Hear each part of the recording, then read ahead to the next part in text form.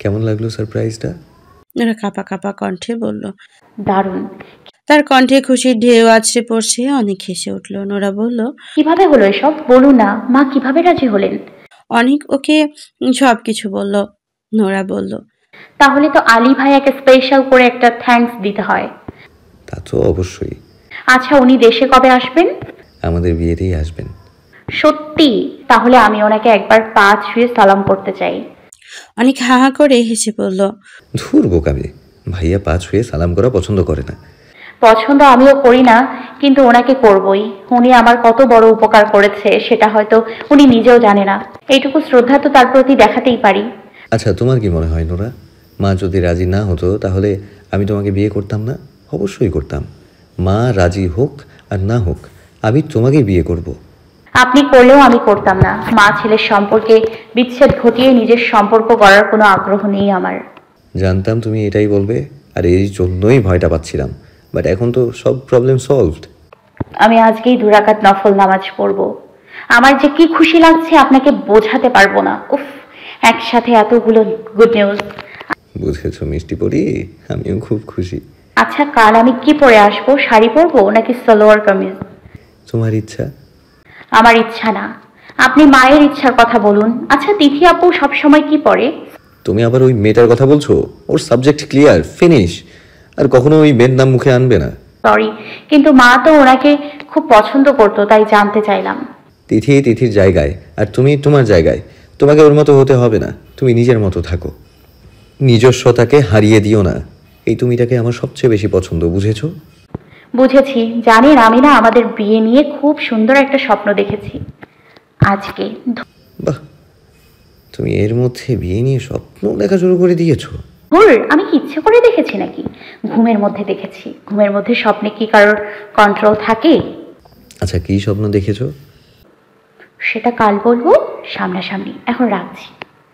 অনেককে কিছু বলতে না দিয়ে নোরা ফোন কেটে দিল। এদিকে অনেক মনে মনে চিন্তা করতে লাগলো কি স্বপ্ন হতে পারে। পরদিন সন্ধ্যায় অনেক বাইক নিয়ে চলে গেল নোরা বাসা থেকে আনতে। বাসার নিচে দাঁড়িয়ে নোরাকে ফোন করলো সে। এর আগেই নোরা বাইকের আওয়াজ শুনে বারান্দায় এসে দাঁড়িয়েছিল। ফোন ধরে বলল, তুমি একটু অপেক্ষা করো, আমি নামছি। ওকে। অনেক বাইকে ঠেস দিয়ে দাঁড়িয়ে অপেক্ষা করতে লাগলো।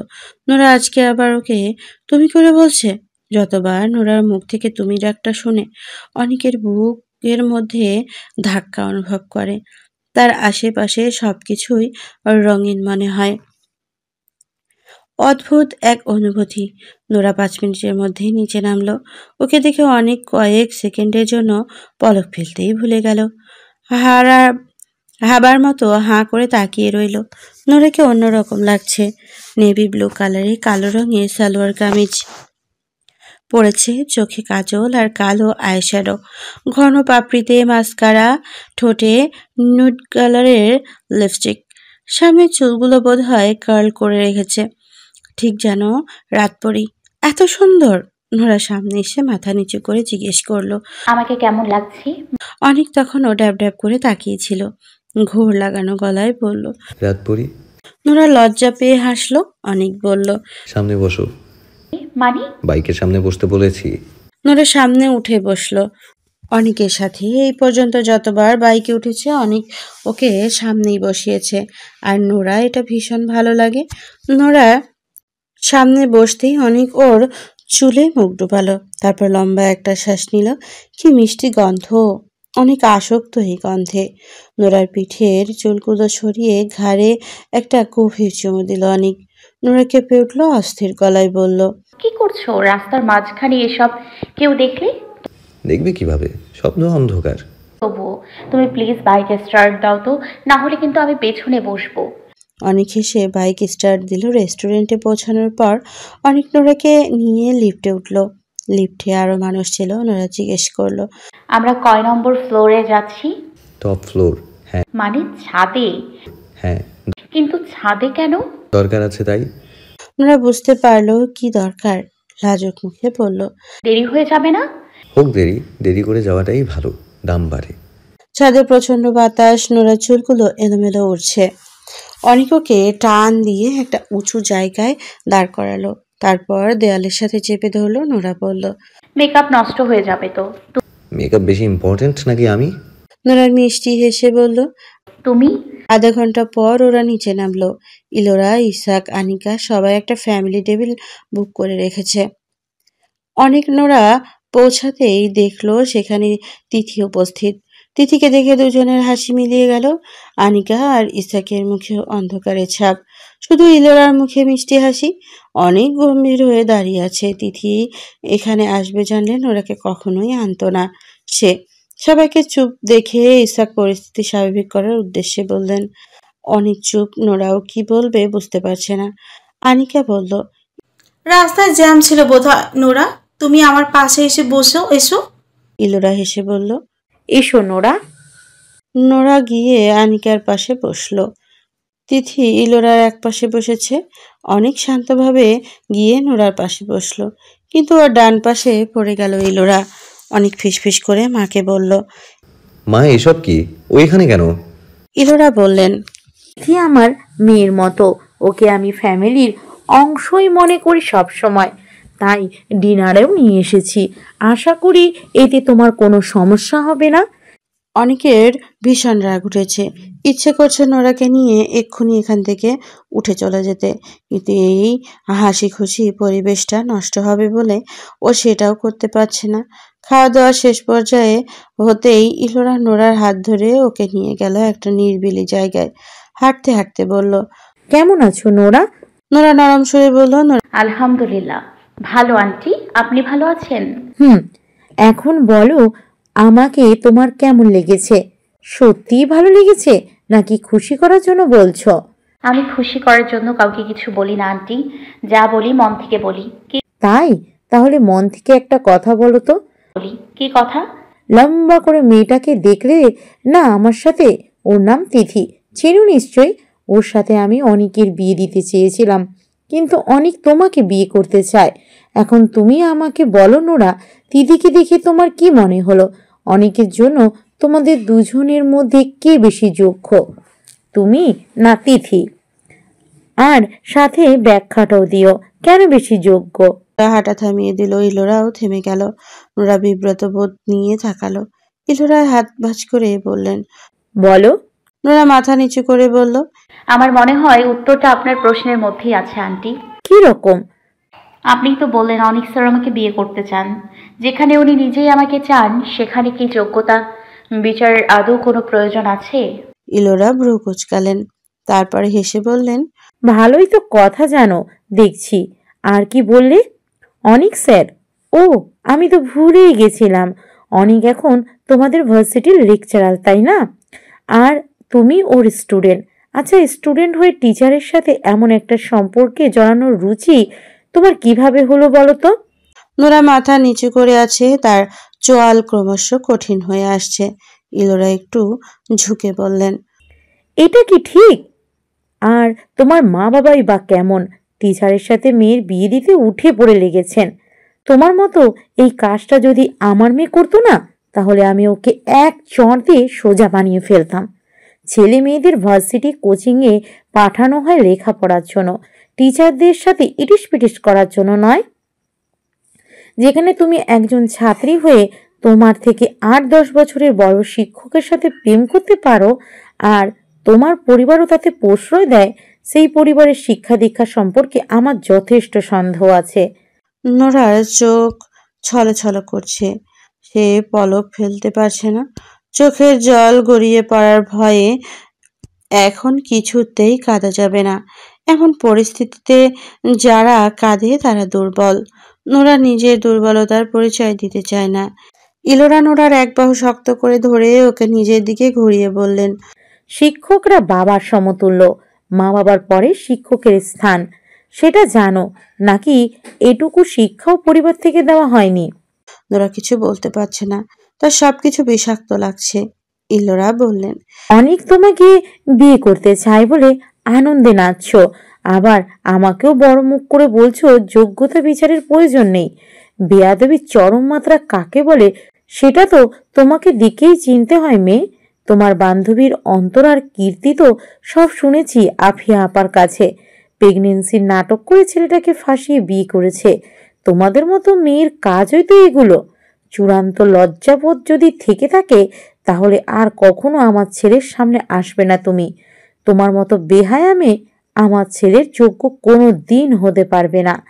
কথাটা মাথায় ঢুকিয়ে নাও। আর অনেক তোমাকে ভালোবাসে বলেই যে তুমি ওর যোগ্য হয়ে যাবে এমনটা ভাবার কোনো কারণ নেই। কিন্তু আমার ছেলে ভালো মানুষ বলে তোমাকে বিয়ে করতে চাইছে, নইলে তোমার মতো মেয়েদের সাথে শুধু, আর বললাম না, যেটুকু সম্মান অবশিষ্ট আছে তা নিয়ে ভালোই ভালোই বিদায় হও, সেটাই তোমার জন্য মঙ্গল, আর অনেকের জন্য। ইলোরার কথাগুলো এক নিঃশ্বাসে বলে শেষ করলেন। তারপর গটগট করে হেঁটে চলে গেলেন ভেতরে। নোরার মুখে হাত দিয়ে কাঁদছে, কান্না কিছুতেই থামাতে পারছে না। এর চেয়ে ওর দুই গালে দুটো চড় দিলেও কিচ্ছু মনে করতো না, তাই বলে এইভাবে অপমান। নোরা কাঁদতে কাঁদতে রেস্টুরেন্ট থেকে বেরিয়ে গেল। অনেক নোরাকে খুঁজতে বাইরে এসেছিল, সে দেখলো নোরা রেস্টুরেন্ট থেকে বেরিয়ে যাচ্ছে। অনেক গলা উঁচিয়ে অনেকবার ডাকলো, কিন্তু নোরা শোনেননি। নোরা বাসায় ঢুকে দেখলো মা বাবা একসাথে বসে টিভি দেখছেন। ঘরে টিভির লাইট বন্ধ, টিভির আলোতে আলোকিত হয়ে আছে ঘর। কল্পনা দরজা খুলে রান্নাঘরে চলে গেল। লীরা মেয়েকে হাসি মুখে জিজ্ঞেস করলো। লীরার প্রশ্নে নোরার আরো কান্না পেয়ে গেল। অন্ধকার রুমে সেটা দেখা যাচ্ছে না। আনিস হাসি মুখে মেয়ের দিকে তাকিয়ে আছেন। দুজনের দৃষ্টি উজ্জ্বল, হয়তো গল্প শোনার জন্য মুখিয়ে আছে। কিন্তু নোরা ওদের কি গল্প বলবে? অপমানের গল্প? কিভাবে হবু শাশুড়ি তাকে অপমান করে বের করে দিয়েছে সেই গল্প বলবে? নোরার খুব কষ্ট হচ্ছে। মা বাবাকে কত আনন্দ নিয়ে বলেছিল তার শাশুড়ি তাকে ডিনারে ডেকেছেন। নোরা মাথা ব্যথায় ভান করে বলল, ভালো লাগছে না মা, আমার মাথাটা ব্যথা করছে, পরে গল্প করব। এখন আমি রুমে যাচ্ছি, কিছুক্ষণ শুয়ে থাকবো। আনিস একটু সন্দেহ গলায় বলল, কি হয়েছে মা, সব ঠিক আছে তো? হ্যাঁ ঠিক আছে বাবা, সব ঠিক আছে। লিয়া বলল। লাগবে না মা, আমি ঘরে যাচ্ছি। নোরা রুমে ঢুকেই দরজা বন্ধ করে দিল, তারপর ফ্লোরে বসে কাঁদতে লাগলো। অনিকের মা তাকে এইভাবে অপমান করে কেন করলেন? যেখানে তার বাবা এত মেজাজি মানুষ হয়েও তার সাথে কোনোদিন উঁচু গলায় কথা বলেননি, একটা ধমক পর্যন্ত দেননি, সেখানে বাহিরের এক মহিলা এত অপমান সে কি করে মেনে নিল? অন্য কেউ হলে নোরা ফটাফট মুখের উপর জবাব দিয়ে দিত, কিন্তু ইলোরাকে সে কিচ্ছু বলতে পারেনি। কিভাবে বলবে? সে যে অনিকের মা। নোরার ফোনটা অনেকক্ষণ ধরে বাজছে। নোরা ফোন ধরল না, সাইলেন্ট করে রেখে দিল। বিছানার সাথে হেলান দিয়ে ফ্লোরে বসে কখন যে ঘুমিয়ে পড়ল নোরা। ঘুম ভাঙল ফজরের আজানের শব্দে। দু একবার হাই তুলে আশেপাশে তাকাতেই দেখলো ফোনের লাইট জ্বলছে। অনিক ওকে এখনো ফোন করছে। সেই যে রাতে ফোন সাইলেন্ট করেছিল, তারপরে আর ফোনটা হাতে নেয়নি, ঘুমিয়ে পড়েছিল। নোরা ফোনটা নিয়ে দেখলো 544টা মিসড কল, 85টা মেসেজ। মেসেজগুলোতে বেশিরভাগই সরি লেখা, আরো অনেকভাবে অ্যাপোলোসাইজ করেছে অনেক। একটা মেসেজে লেখা, নোরা প্লিজ একবারের জন্য নিচে এসো, আমি। বাকিটা পড়তে পারলো না। আবার ফোন এলো অনিকের। নোরা ফোন ধরে বলল, হ্যালো। ওই পাশ থেকে অস্থির কণ্ঠ ভেসে আসলো, নোরা, নোরা, নোরা প্লিজ ফোনটা কেটো না প্লিজ। একবার আমার কথা শোনো। মা যা করেছে সব কিছুর জন্য আমি ক্ষমা চাইছি। বিশ্বাস করো, আমি জানতাম না মা তোমাকে এসব বলবে। জানলে তোমাকে অপমান করার জন্য কখনো ডেকে আনতাম না। প্লিজ মাফ করে দাও নোরা, এক্সট্রিমলি সরি, প্লিজ। শান্ত হন আপনি। আন্টির কথায় আমি কিছু মনে করিনি, শুধু একটু কষ্ট হয়েছিল, কিন্তু এখন সেই কষ্টটাও আর হচ্ছে না। নোরা, তুমি কি একবার ছাদে আসবে প্লিজ? ছাদে মানে? আপনি কি আমাদের বাসার ছাদে? হ্যাঁ, অনেকক্ষণ নিচে দাঁড়িয়েছিলাম, তারপর দারোয়ান গেট খুলে দিল। তোমাদের বাসায় ঢোকার সাহস হচ্ছিল না, তাই ছাদে চলে এসেছি। একটু অপেক্ষা করুন, আমি এক্ষুনি আসছি। নোরা ওড়নাটা গলায় জড়িয়ে ছাদে দৌড় দিল। অনেকের কার্নিশে হাত রেখে দাঁড়িয়েছিল। নোরাকে দেখে সামনে এগিয়ে আসলো। নোরা দেখলো অনেকের ফোলা ফোলা দুটো চোখ, এলোমেলো চুল, অগোছালো অবস্থা। এই অবস্থাতে কত সুন্দর লাগছে দেখতে। মানুষটা কেন এত সুন্দর? অনেক একটু টু শব্দ করলো না। হঠাৎ নোরাকে কোলে তুলে নিল, তারপর ওকে দেওয়ালের উপরে বসিয়ে ওর সামনে হাঁটু গেড়ে বসলো। নোরা বুঝতে পারছে না অনেক কি করতে চাইছে। অনেক নোরার পা দুটো চেপে ধরে তারপর করুণ দৃষ্টিতে তাকিয়ে বলল। পায়ে পড়ি নোরা, প্লিজ মাফ করে দাও। নোরা অবাক হয়ে গেল। পা ছাড়ানোর চেষ্টাও পারছে না। বেশি ছোটাছুটি করলে পেছন দিয়ে দুম করে পড়ে যাবে। অনেক যে মাঝে মাঝে কি পাগলামি করে। নোরা পা গুটিয়ে নিতে নিতে বলল। পা ছাড়ুন প্লিজ।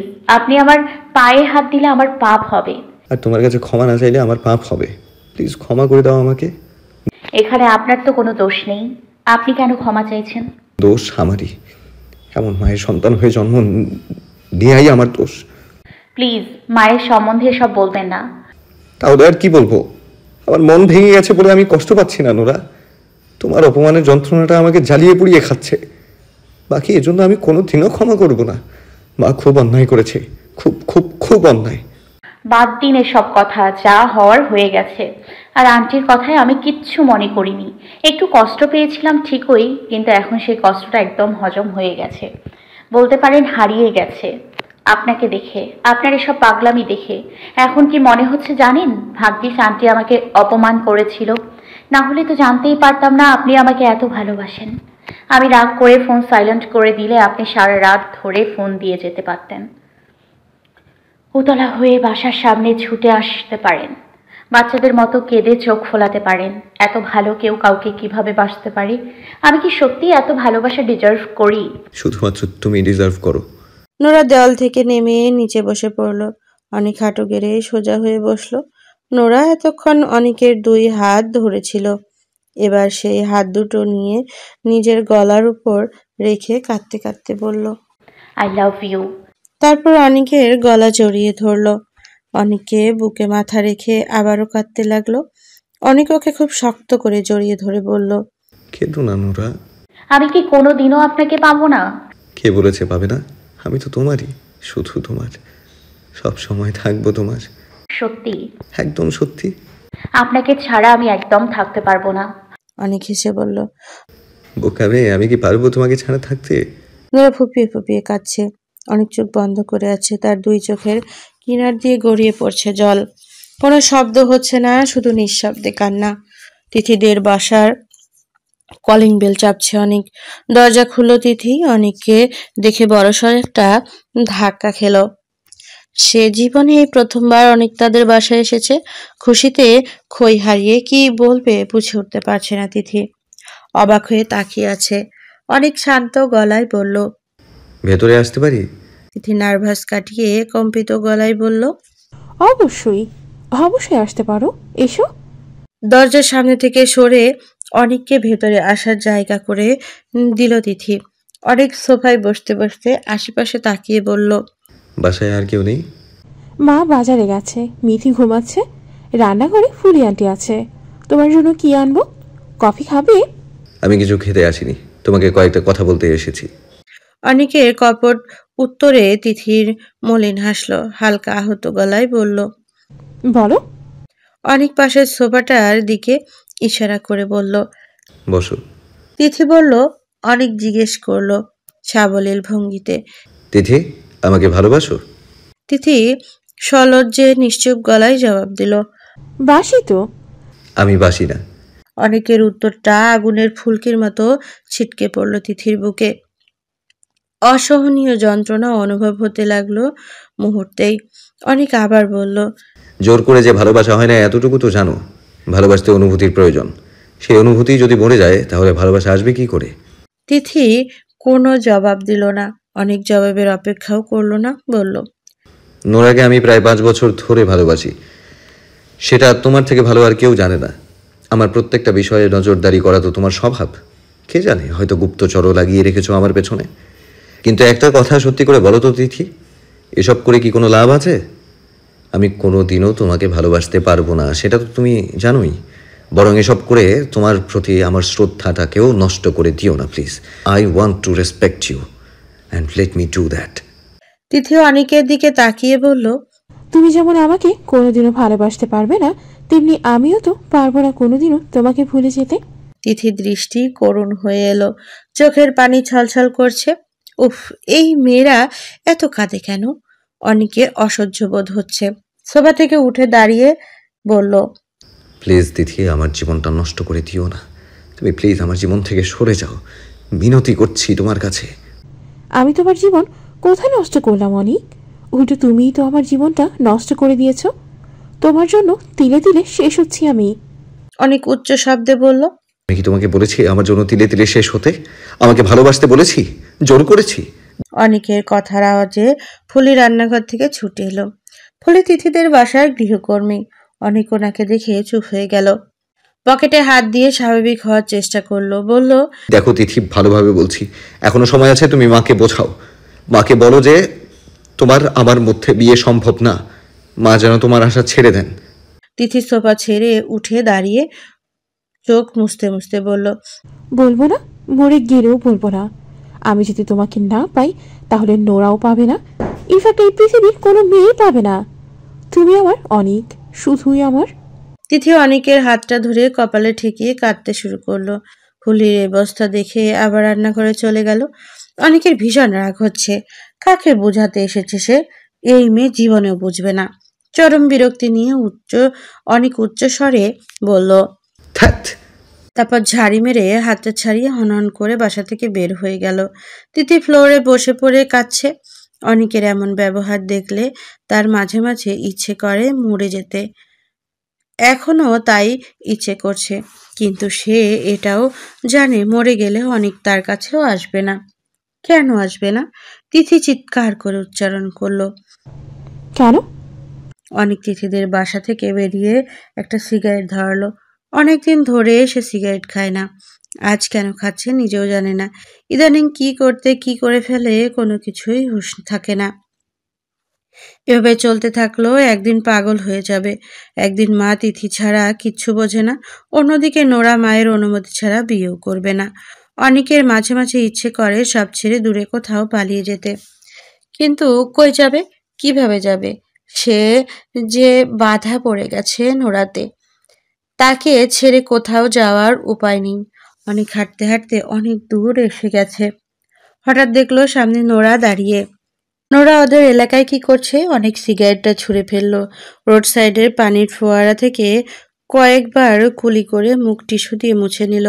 তারপর নোরার কাছে গেল। নোরা ওকে দেখে মুচকি হেসে বলল, হাই। কেমন আছো?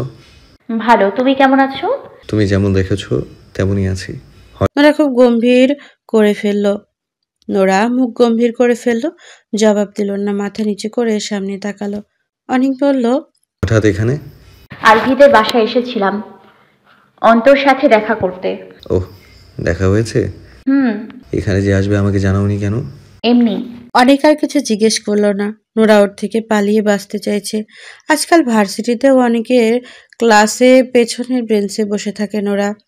যে মেয়ে আগে যুদ্ধ করে হলেও সামনের বেঞ্চে বসতো শুধুমাত্র অনেকে কাছ থেকে দেখার জন্য, সে আজকাল দূরে দূরে থাকতে চাইছে।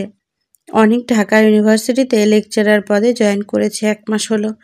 শুধুমাত্র নোরার জন্য দিনরাত খাটাখাটুনি করে চাকরিটা নিয়েছিল সে। অনেক বলল, এখানে দাঁড়িয়ে আছো কেন? রিক্সা খুঁজছি। নোরার এই কথা বলতে বলতে আচমকা একটা জিপ গাড়ি ওদের পাশ ঘেঁষে গেল। অনেক সরে পড়লেও নোরা সরতে পারল না। নোরা কাদামাটি একটা ড্রেস ভরে গেল। অনেক চেঁচিয়ে উঠল ড্রাইভারের ওপর। এই কমন সেন্স নাই নাকি? তারপর ধাওয়া করতে চাইলো গাড়িটাকে। নোরা বাধা দিয়ে বলল, প্লিজ বাদ দাও, সিন ক্রিয়েট করার দরকার নেই। ফালতু। অনেক নোরার দিকে তাকাতেই দেখলো কাদায় পড়ে গেছে, একদম কর্দমাক্ত হয়ে আছে ও। অনেক বলল, এবার কি করবে? এই অবস্থায় বাসায় কিভাবে যাবে? চলে যেতে পারবো। চলে যেতে পারবো মানে? এসো আমার বাসা থেকে চেঞ্জ করে যাও। না না না, দরকার নেই। আমি রিক্সায় উঠে হুড নামিয়ে চলে যাব। বাসায় গিয়ে চেঞ্জ করব না। আমার বাসায় এখান থেকে হেঁটে যেতে লাগবে 10 মিনিট, আর তোমার বাসায় রিক্সা করে যেতেও লাগবে 45 মিনিট। কি দরকার নোরা ভেজা কাপড়ে এতক্ষণ থাকার? চলো তো। প্লিজ, বললাম তো আমি পারবো চলে যেতে। আমি জানি তুমি কেন যেতে চাইছো না। ভয়ের কিছু নেই। মা 1 সপ্তাহের জন্য খালামণির বাসায়। আপুও মায়ের সাথে গেছে। ঘর খালি, লক করা, চাবি আমার কাছে, দেখো। অনেক পকেট থেকে বের করে চাবি দেখালো। নোরা বলল, তোমার খালি বাসায় আমি কেন যাব? বেশি কথা বললে এখন রাস্তা থেকে উঠিয়ে নিয়ে যাব, সেটা ভালো লাগবে? নোরা উত্তর দিল না। অনেক হাত টেনে ধরলো। বলল, চলো। নোরা বাধ্য হয়ে অনিকের সাথে গেল। ওয়াশরুম থেকে বের হয়ে নোরা দেখলো অনিক তার জন্য বিছানায় কাপড় রেখে দিয়েছে। টিয়া রঙের একটা কামিজ, ওড়নার সালোয়ার হলুদ রঙের। খুব সুন্দর কাপড়টা, কিন্তু এটা কার কাপড়? আনিকার? আনিকার হবে না, কারণ আনিকার শরীর স্বাস্থ্যের দিকে থেকে নোরার দ্বিগুণ, আর লম্বাও। এই কামিজ আনিকার মাপের না, বরং এটা কাটায় কাটায় নোরার মাপের। অনেক কি এটা তাহলে ওর জন্যই কিনেছে? যদি ওর জন্যই কিনে থাকে তাহলে ওকে দেয়নি কেন? নোরা ড্রেসিং টেবিলের আয়নাতে তাকালো। ওর চুল থেকে টপ টপ করে পানি পড়ছে। চুল ঠিক করে মোছা হয়নি, তোয়ালেটা গায়ে জড়ানো। গা থেকে তোয়ালে খুলতে যাবে এমন সময় দেখলো দেওয়ালে অনেকের একটা ছবি লাগানো। অনেকের ছোটবেলার ছবি, এই ৮-৯ বছর হবে। বাচ্চা অনেকের চোখের চশমা দিয়েই তীক্ষ্ণ দৃষ্টিতে তাকিয়ে আছে ও। হাত ভাঁজ করা। এতটুকু ছেলের কি ভাব! ওই ছেলের চোখে তাকাতেই নোরার বুক কেঁপে উঠেছে। কি মারাত্মক সেই চাহনি! মার্ডার করার জন্য এমন একটা লুকই যথেষ্ট। মানুষ হার্ট অ্যাটাক করবে এমন দৃষ্টি দেখে। নোরারও যে ছোটখাটো হার্ট অ্যাটাক হয়নি তা নয়। ওর হাত পা কাঁপছে, নিজেকে গুটিয়ে নিতে ইচ্ছে করছে। মনে হচ্ছে অনেক ওই চশমার আড়াল থেকে খুঁটিয়ে খুঁটিয়ে ওকে দেখছে। লজ্জায় নোরার চোখ মুখ বন্ধ করে ফেলতে ইচ্ছে করছে।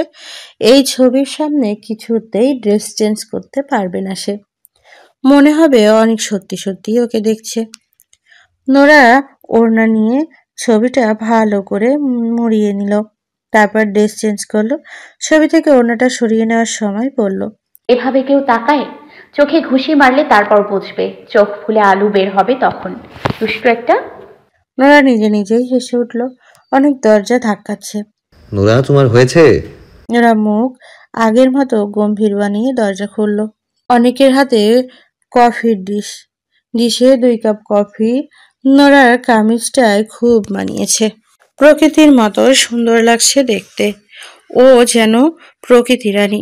অনেক বিভোর হয়ে কিছুক্ষণ তাকিয়ে রইল। নোরা অনেককে অনেকক্ষণ ধরে ফোন করছে, অনেক ফোন ধরছে না। নোরার রাগ লাগছে। এত বড় একটা ডিসিশন অনেক ওকে না জানিয়ে কি করে নিতে পারলো? সে জবাব চাইবে অনেকের কাছে। আরো কয়েকবার রিং হওয়ার পর অনেক ফোন ধরে খুব বিনয়ী গলায় বলল, হ্যালো। নোরা রাগান্বিত কণ্ঠ, এতক্ষণ ধরে ফোন দিচ্ছি, ধরছিলে না কেন? সরি, পাশের রুমে শার্ট ইস্ত্রি করছিলাম, ফোনটা সাইলেন্ট ছিল তাই। বাদ দাও, আগে বলো তুমি আমাদের ভার্সিটি থেকে রিজাইন কেন করেছো? চাকরিটা আমার আর দরকার নেই তাই। দরকার নেই মানে? এত ভালো চাকরি কেন দরকার নেই? নতুন চাকরি পেয়েছো? না, এখনো পাইনি। তাহলে কেন ছাড়লে চাকরিটা? নাকি আমার মুখ দেখতে চাও না? ছি নোরা, এটা কি ধরনের কথা? আমি তোমার মুখ দেখতে চাইবো না? তাহলে চাকরি কেন ছাড়লে? আমি চাই না তোমার আমার মধ্যে শিক্ষক ছাত্রীর সম্পর্কটা আর থাকুক। এজন্যই তো মা তোমাকে অপমান করার সুযোগ পেয়েছিল। মানে তুমি এই সামান্য কারণে এত ভালো চাকরিটা ছেড়ে দিলে? সামান্য কারণ না নোরা, এটা আমার কাছে অনেক বড় কারণ। তোমার অপমান মানে আমার অপমান। আমি চাই না এই বিষয়টা নিয়ে আর কখনো তোমাকে কারো কাছে অপমানিত হতে হোক। অন্তত আমি সেটা টলারেট করব না। নোরা দীর্ঘশ্বাস ফেলে বলল, বুঝেছি। শার্ট ইস্ত্রি করেছিলে কেন? কোথাও যাচ্ছো? হ্যাঁ, আজ একটা চাকরির ভাইবা আছে, খুব ভালো চাকরি। ভাইবাতে পাশ করলেই কনফার্ম হয়ে যাবে। স্যালারি 40,000 টাকা। দোয়া করো। নিশ্চয়ই দোয়া করি। কখন ইন্টারভিউ? আজ সন্ধ্যায়। সন্ধ্যায়? কোন জায়গায়? বসুন্ধরাতে। আজকে তো বসুন্ধরাতে আমারও যাওয়ার কথা। তাই? কেন? আজকে অর্পি আপুর মেহেদি। বসুন্ধরার কোনো এক রেস্টুরেন্টে আয়োজন করা হয়েছে। আমি প্রথমে ভেবেছিলাম যাব না। যাবে না কেন? যাও, ঘুরে এসো। কাজিনদের সাথে থাকলে ভালো লাগবে। এখন ভাবছি যাব। আসার সময় তুমি আমাকে ড্রপ করে নিতে পারবে না? অবশ্যই, এটা তো আমার সৌভাগ্য। নোরা হেসে বলল, অনেক রাত হবে কিন্তু। কত রাত? 12টার উপরে বাজতে পারে। সমস্যা নেই, আমার ইন্টারভিউ হয়তো 9টা নাগাদ শেষ হয়ে যাবে। তারপর আমি তোমাকে ফোন করব, তুমি অ্যাড্রেস দিও, আমি সেখানে গিয়ে অপেক্ষা করব। আচ্ছা ঠিক আছে, রাখছি তাহলে। আচ্ছা। ফোনটা রেখে অনেক মুচকি হাসলো। আজ অনেকদিন পর নোরার সাথে বাইকে চড়ার সুযোগ হচ্ছে। এর থেকে ভালো আর কি হতে পারে? সন্ধ্যায় নোরার মেহেন্দির অনুষ্ঠানে যাওয়ার জন্য খুব সুন্দর করে সাজলো। কালো রঙের একটা গর্জিয়াস সালোয়ার কামিজ, মুখে মেকআপের প্রলেপ, খোলা লালচে চুলগুলো কার্ল করে এক সাইডে আটকানো। নিজের রূপে নিজেই মুগ্ধ হতে ইচ্ছে করছে। এই অবস্থায় অনেকের সামনে গেলে কি হবে? অনেক তো গাধার মতো তাকিয়ে থাকবে। আর সেই তাকানো দেখে নোরার লজ্জা রাঙা হবে। নোরা আয়নার দিকে তাকিয়ে নিজেই নিজেকে দেখে হাসছিল। হঠাৎ অনেকের ফোন এলো। নোরা ধরে বলল, হ্যালো। বের হয়েছো?